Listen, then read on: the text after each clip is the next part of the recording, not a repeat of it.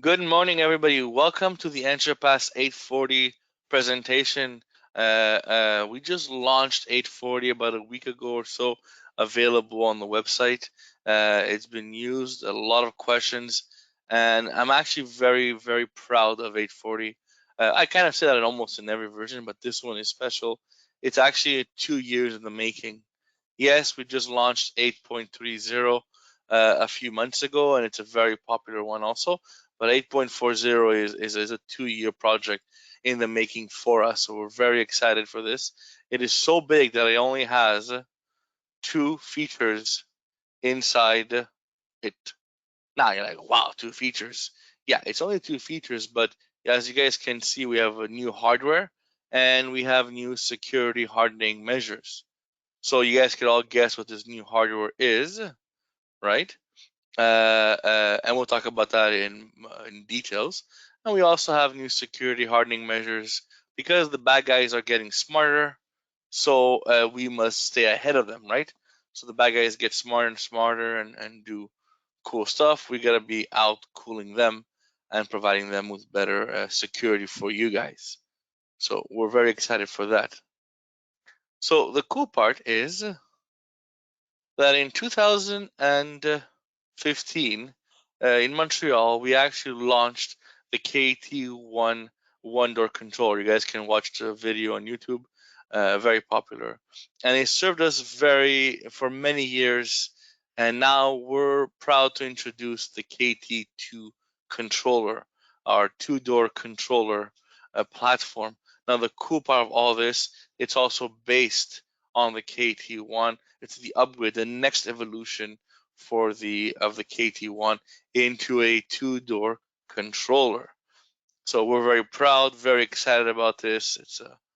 It's a huge next step for all of us, right? Let's go look at it. The KT-1, as you guys know it, the KT-1 brain or the main controller, can be attached on the KT-1 backplate. And then we can attach it also to the new KT-2 backplate. So when you have one type of controller, you can deploy it on two kinds of layouts for the KT-1 or the KT-2, as we know the KT-2 PCB. Now the cool part of that, like Iron Man and his suits, right? He has one person, and depending on what he wants, he can either use the KT-1 as a one-door controller or a KT-2 as a two-door controller. So you're like, wow, that's pretty cool. One of the benefits of that is for you guys as installers, right? We have one controller, one firmware, one training, one stock you have to carry, and then we have different backdrops, right? Based on what you need, you buy the proper backdrop for a one door or a two-door controller to give you that extra door. Now, the KT brain, the KT-1 itself, is the actual controller. And then based on the extra backplate, you get more horsepower, more terminals, obviously, to actually get the system going. Now, this is pretty cool, but what's really cool is if you have a bunch of KT-1s sitting on your desk and they're just sitting there because whatever, you can actually firmware upgrade them in the field and make them KT-2s, right? You firmware upgrade the controller, you simply buy the KT-2 backplate, clip them together, and now your controller is a KT-2.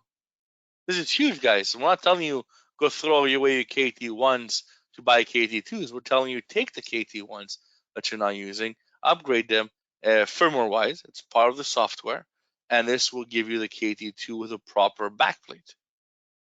Also, imagine you have a customer that has a one-door system, right? It's a one-door system, and he goes, you know what? I want to add that door, but the extra cost is too high. I don't really want to, whatever, right? Now you simply buy the KT-2 backplate, remove the KT-1 backplate, and now your customers can easily upgrade from a one-door to a two-door system without having to reprogram or buy an entire controller. Yes, you're getting rid of the backplate, but at the end of the day, you're saving significant money by not having to buy a whole new controller, a whole new cabinet and power supply, and so on. right? So it gives your customer the next step, as they say, the next ability to upgrade to the next level. Obviously, if you need 40 of these, you could buy more controllers, but it's the next step for those odd number of doors. Let's go look at the features. So KT-2 is available with EntraPass 8.40 and higher. It does require EntraPass 8.40 to actually work, all right? And it does require EntraPass and firmware 3.04. That will be the new firmware of the controller and higher. So anything higher than that will work. Okay. The benefit of here is it's one controller, two deployments. Again, I keep on stressing this because I think this is huge, where you can have one controller do multiple functions. I guess as dealers, as integrators, it cuts down on your cost of availability, right? You don't have to carry different boxes or that many different boxes. As an end user, as a customer, it's just another controller with the same feature, the same richness as the KT1, right? So before I used to say the KT2 has some of the features of the KT1, but in reality, it's the same features. It has the multi-swipe, it has the elevators, it has the extended schedules, the extra unlock times. It has all the features that were available on the KT1, the KT400 are also available on the KT2. So again, we were shortening the differences between the controllers, right? KT1, KT2, same features, same parts, same X modules you can put. It's a one size fits all. And for training, if you can hook up a KT1, you can hook up a KT2. Very, very easily possible done, right? Let's go look at the actual numbers of the KT2, all the really fun stuff, but we gotta talk about that, right? The KT2 is a two-door controller, hence for KT2, a two-door controller which can do two independent doors, so two regular independent doors, or it can do one in and out door, having an entry and exit reader. Now, the entry and exit reader are only available over a Wigan communication. Yes, you can do IO Smart with the KT2 over RS-45, which we'll cover a bit later. But if you want to do a true in and out, an entry and exit, you have to use two reader ports, effectively making it a one-door controller. And we're like, Tom, that kind of sucks. The IO Smart can do entry and exit. Yes, it can. And that's coming a bit later with some firmware upgrade. We also have 8 inputs per controller. You're like, 8 inputs? Yep, 8 inputs, no end of line, single end of line, and double end of line. So the KT2 gets a little upgrade on the double end of line resistance compared to its legacy controllers.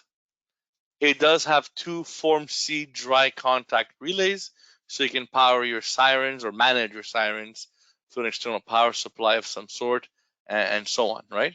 It does have power, and we'll cover all that in a few seconds. But as you guys can see, the first three items here, they were specifically made this way because we want you guys to easily be able, again, as salespeople, as technicians, right, to be able to go and swap out a KT300 if you wish, and not have to worry about, do I need an extra module? Mr. Customer, do you have a KT300? Yes. Do you have expansion modules? No. Here's the part number. There's no decision thinking, possible, maybe. And that cuts down a service truck, right? If I don't have to send you a tech to find out what you really have and call us to find out, you could just buy it to the controller. It's a one-for-one replacement, making your life really easy for the sales guys, the technicians, and you don't have to call us to see what you gotta buy to replace all these, right? Again, we're thinking of you guys, the customers, the distributors, right, and the end users, and so on. It also has an RS-232 port. Yes, it's 2021. We still have RS-232 ports on our controllers, and this allows us to plug in a DSC power series 1616, 1834, and so on, over RS-232. So the legacy DSC power series can be plugged in directly over the IT100, obviously, to the power series. The Power Series Neo and Power Series Pro can currently communicate only over wired IP for this current version. Obviously, if you have a Power Series Pro, it is only IP anyways. But if you have a Power Series Neo, while it does have an RS-232 communicator, we only are supporting the IP side for the moment. If you want to do wireless locks or simplex integration, you're going to have to wait for the next version of the software, which will allow us to support all these extras. Okay, just so you guys know. The power requirements for the KT-2, you can power it over a 12-volt DC 2 amp power supply, or PoE, or PoE plus. So you can have a standard KT2 PoE power to power your two locks and your controller, obviously, or your PoE plus if you want. The 12 volt DC 2 amp, it's the same power supply as the KT1. Again, the benefit here, guys, the same power supply, transformer, and battery can power the controller entirely for you guys. Makes your life a lot easier as to knowing what to put. It's the same everything almost, right? The KT-2 does have auxiliary power and has a voltage in and has reader power. It has all those terminals dedicated. So we didn't cut down on the reader power terminal. So if you want to reboot your readers remotely, you could. It's a feature people have been asking for. You want to have auxiliary power for your elevator modules and sirens. You have that, right? It's all there. Now, for the lock outputs, each lock output is a 12 volt DC 500 milliamps per lock output when you're powered over PoE plus and 12 volt DC. Not and, or, sorry. So if you have either or, you get 12 volt 500 milliamp power. If you're going with a standard PoE, you can get a 12 volts 375 milliamp of power per lock output. Again, more than enough to power any kind of locking device. Standard lock is over 375 milliamps and 500 milliamps for PoE plus. Again, you can power a pretty strong strike up there, right? And locking device of your choosing. It is supervised by the controller, obviously. So whatever you guys are, all the cool stuff you guys are used to, right? It's already on the controller. So obviously the supervised resistors over supervised lock outputs and so on. It's all included on the controller, obviously, right? So the KT2 networking. Let's talk about the really cool stuff because power is it's all cool. But what do people really care is how you communicate. The KT2 is our first controller that has a Wi-Fi built in. You have a built-in Wi-Fi chip and you have a little antenna that pops out that you can communicate with the controller for EntraPass and directly if you want to. This is huge, guys. This is a big step up for access control because now we're cutting the cable and you'll see how this works afterwards. You can obviously go PoE. You can obviously go PoE plus with a wired connection if you want. And we also have our RS-45 terminals. We have our COM port 1 and our COM port 2. Our COM port 1 communication is compatible with existing Kantech controllers. I can mix and match pretty much however I want. KT400s, KT1s, KT300s. You can mix and match literally however you want. I obviously would not put the 300 first, but that's my choice, right? So guys, please feel free to ask any questions in the question portion. I see Mr. Robin has a lot of questions, and I like that. Keep on asking all the questions you want, but let's give Jason some work for us, everybody, right? So ask questions as much as you guys want on anything, and we'll get to them. So don't be shy. It's on the question portion of your tool, your GoToWebinar tool. And our RS-45 COM port 2 does support IO Smart encrypted readers. So if you have the IO Smart over RS-45, you can use the IO Smart for it, right? If you're ever doing expansion modules, don't forget the KT-300 had its own expansion modules, right? That were for it. Those modules need their own for the KT-300 only. They're a bit of legacy, so you would have to replace the expansion modules for an IO module on the KT-2. That's a simple swap. Again, it's a 1-for-1 swap. It's to your advantage also. Okay. Now the benefit here is that if you want to use relay modules like the SPI modules for the KT-400, you can, as long as you have an IO module first. And we tell you how to do that since the IO module came out about a year ago. So the benefit of here, guys, is the same IO smart readers in RS-45 or Wiegand. It's the same expansion modules for the KT-400 and KT-1, and now for the KT-2. So guess what? You don't have a different module per controller. We're trying to keep it very simple and keep one module for everything, right? So very, very practical there. Again, the IO Smart modules are available, and IO Smart readers are available with KT-400s, KT-1s, and KT-2s only. If you have anything else, you have to use Wiegand. So please, guys, if you have a KT-2, don't install the IO Smart over Wiegand unless you're doing in and out. Let's get it going over RS-45. Take care of the advantages, and the new features we keep on adding to it over RS-45. All right.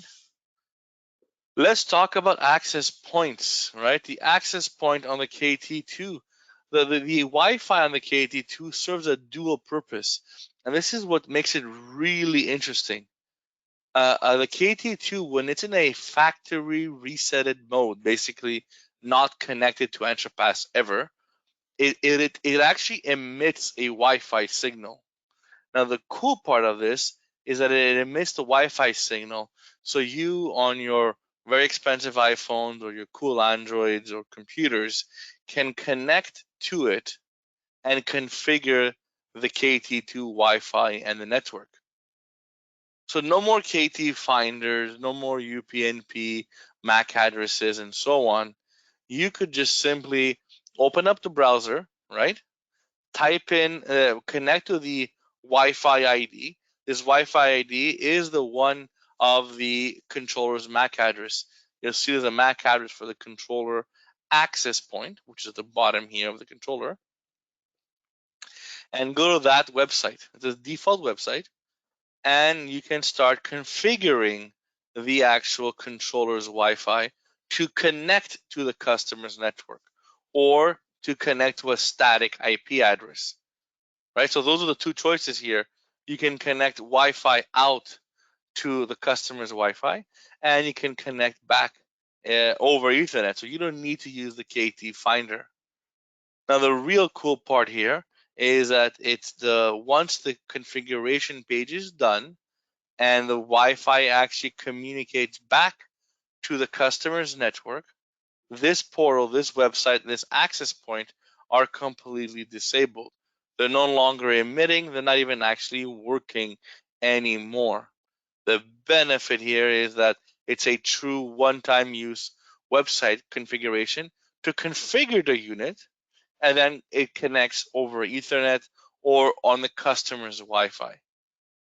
Now, if for whatever reason you mistype the password of your Wi-Fi signal, when the Wi-Fi antenna you have, it will actually disconnect from your system, try to connect, and if it can't connect, it will reactivate the access point a minute later, so you can go and change whatever you broke. Until it connects to it, until it doesn't connect to it, it'll be available for you. The benefit of this is a 1 megabit throughput. It's not a lot, but it gives you the ability to be at 5, 10, 20 feet, let's say, and configure your KT-2.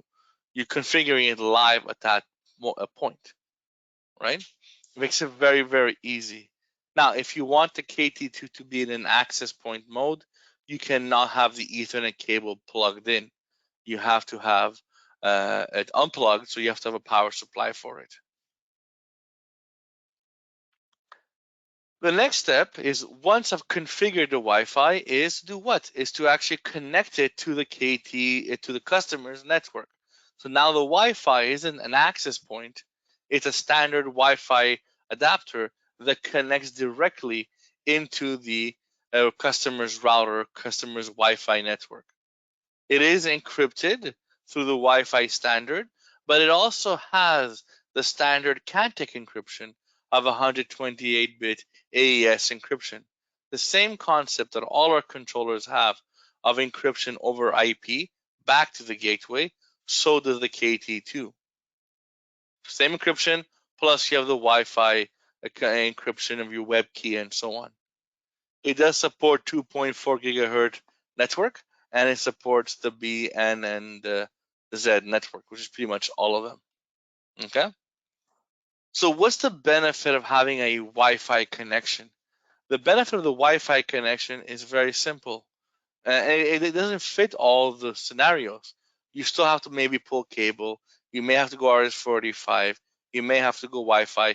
It's another solution to make your life easier.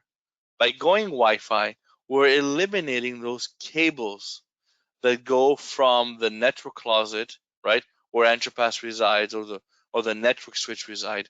We eliminate all that cable, all that conduit, all that wire pulling, all that stuff. We eliminate all that. All we gotta do is put a KT2 above the ceiling or near the door, and local power. So you still gotta put local power, yes, and then you're gonna pull local cable for your locking device, your reader, your lock, your door contact. So this is the closest that you're gonna ever get to a true wireless lock that has battery powered, that has a limited, range, that also has to be changed every 6 months of lock, and is also made for inside. With the KT2 Wi-Fi, you'll have the ability to connect to it and get all the features. It is a fully functional access controller, right? Whether you're Wi-Fi, whether you're RS-485, whether you're hardwired IP, it is a fully functional controller, giving you the bells and whistles of EntraPass inside it, right? So if you ever lose the network, if you ever lose your Wi-Fi, guess what? The controller keeps on working 100% of the time, like all our other controllers. Okay? But again, huge benefit here is I don't have to pull that cable. Now, if it's a brand new building, pull the cable. It's your choice. But if you're doing a cement building, right, a hospital, or if you're doing a heritage building, an older building, you can't pull cable whenever you want, or like for those far distances. This is where the Wi-Fi comes in. Now, just to be very fair, the KT2 in the standalone version. Now, be careful. When we say standalone, it's the KT2 standalone product, right? Where you have no software, everything is programmed on site. It is available with the KT2. So imagine you have a daycare, a small store, a bank that has two doors, very, very limited access control. The KT2 standalone does work, and you get two doors out of it, like the KT400, which gives you four doors. Now, the cool part here is that the KT2 does offer that over a wired IP. So you have to wire it back to the KT2 and to your router, and then through your iPhone, you can use the customer's Wi-Fi to do whatever you want. But there is no direct Wi-Fi standalone mode yet. Also, there's no DAC IP. Sorry, there is no DAC IP integration over Wi-Fi. If you notice carefully, we did talk about the DAC Neo integration. It was over wired IP, not wireless IP. All right. So I see the questions are coming in, Jason. They're keeping you busy. I think we could get more questions, guys. Don't be shy. Ask your questions. We're here for this, right? I some of the questions we'll be answering a bit later, and so on. So yes, our lock outputs are protected, Alexander. So there is a protection on them. Obviously, if you want to put a diode, you're more than welcome. But again, if you've never had that problem with your installs with the Kantech controllers, you don't have to put any kind of diodes. You're not specifically required because we do protect our lock outputs within the reasonable everything. Some key advantages. Again, we actually heard you guys. If you notice carefully, a lot of these things that we were doing are not just making another controller, because that we could have made it a ball if we wanted to, right? We actually listened to you guys. And what did you guys ask for when the KT-300 came out? Was, where are my removable terminals, right? Where are they? I want that on the KT-300. So we actually added them back on the KT-400. The KT-1 is a one-door controller. It's like 4 cables. I don't think anybody needs removable terminals.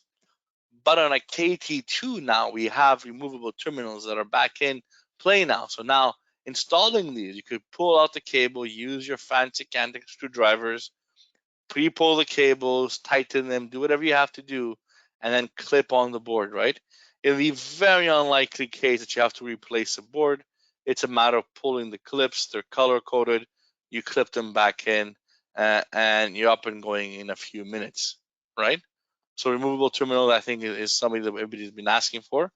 And also, we've added a dedicated tamper on the KT-2 itself. Yes, the KT-1 had a tamper, and it was the screw that actually holds the plastic case, right, and the controller in place. But if you wanted a full tamper in a cabinet, you had to use an input. Now with the KT-2, we have a dedicated tamper terminal where you screw your cable in, like you did with all our other controllers, and when the cabinet opens, you're now in a tamper alarm, right?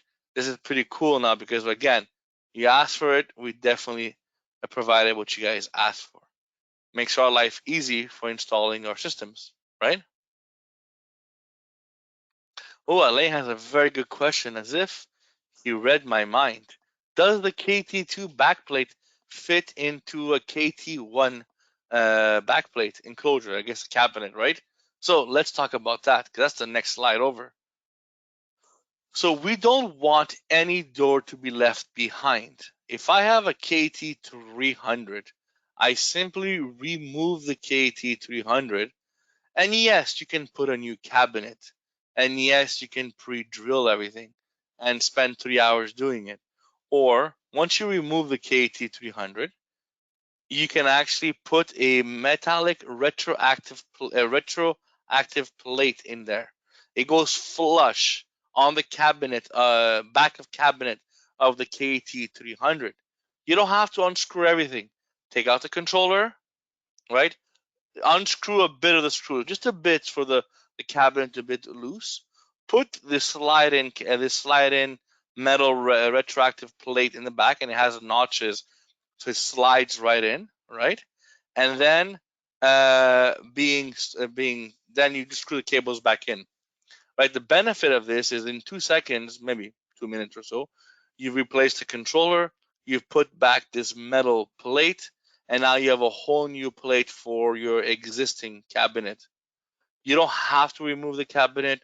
You don't have to pull new cables. You don't have to undo your conduit, and hopefully you don't break a cable that's been there for 30 years. Because the KT-2, the KT-1, and the KT-300 share the same cabinet. Now, unless you bought this very recently, your old cabinets, the holes don't align. This is where the metal plate comes in, right? And to make your life a lot easier, it goes flush onto the back and gives you the new back, basically, to clip on your KT-2 and the KT-2 PCB, the power supply, and obviously your battery goes to the bottom. I don't know if you guys are excited about this, but to me, this is a huge advantage into swapping out controllers from KT-300s or even KT-1s. So, Elaine, your KT-1 question is the same thing. If you have a KT-1 that's fairly old and you want to change it to a KT-2, you can use the KT-2 retroactive conversion plate. It does come with a new sticker. So the sticker on the left can be peeled on above the other paper, and this will give you all the instructions that are related now to a KT2. So we went even that far to make you think about the cable that you get. Now, just so you guys know, the KT2 is UL rated. The cabinet is UL rated. The metal plate itself is UL rated. But because you're installing it by yourself, that sticker paper that we're giving you doesn't have a UL rated logo, because UL says that we must, at the factory, put that logo and not you guys in the field, because you might put it crooked and it doesn't apply. It's a policy they have. So if you really, really, really want that UL logo, you're gonna have to change the cabinet. But it is UL. It just doesn't have the sticker when you do a retroactive conversion. Okay, just so you guys know. Now you're like, oh, that's pretty cool, guys. So you guys don't have to replace the cabinet. You don't have to re-drill, and you don't have to cut all the cables and pass new conduit. Nope, nope, none of that stuff. What about the software? Well, guess what? The software does the exact same thing. We have an intelligent migration feature in EntraPass that allows you to convert a KT300 or KT200, right, into a KT2. You don't have to reprogram your doors. All you have to do is reprogram your modules. And notice carefully, I use a specific term. It wasn't reprogram the controller automatically, it's to migrate the controller. What's the difference here? Reprogramming is that you actually erase in the background and recreate everything, which has side effects. A migration is slightly different. What does that mean for you, the customer?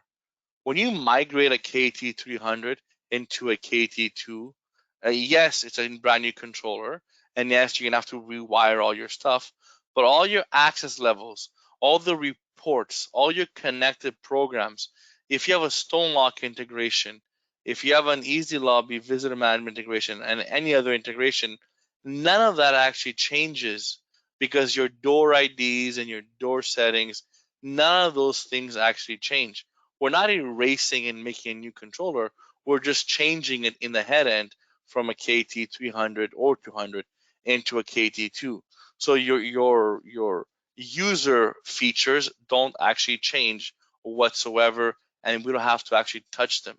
This is huge, guys, because your reports, they won't even see the difference. Okay? This is actually a very cool feature. Again, the only thing we have to do is change the actual modules themselves, because they're old and we have to reprogram them also in EntraPass. Again, we want to make sure you guys were not left behind or said, yeah, it's not really worth it. It's a lot of work to change controllers or upgrade. We want you guys to take advantage of all the new features like the DSC integrations, the double swipes, and so much more on those controllers, right?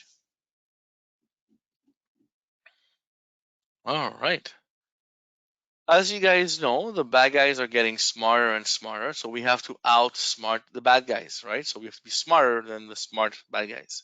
So what we're doing under the hood is we're actually hardening our KT1 and KT2 IP communication. So it was 128-bit encrypted. Now we're actually hardening that communication even further, right? Now, it does require you to be at the latest firmware for the KT1. Obviously, the KT2 is already at the latest firmware, but the KT1 and KT2 running firmware 3.04 will always communicate using the new hardened communication protocol on the on EntraPass 8.40. And now don't worry, the newest firmware and controllers are compatible communication-wise with older versions. So if you have a KT1, for example, running the latest firmware, it will be compatible with 8.30 over IP, right? Even though you have the latest firmware.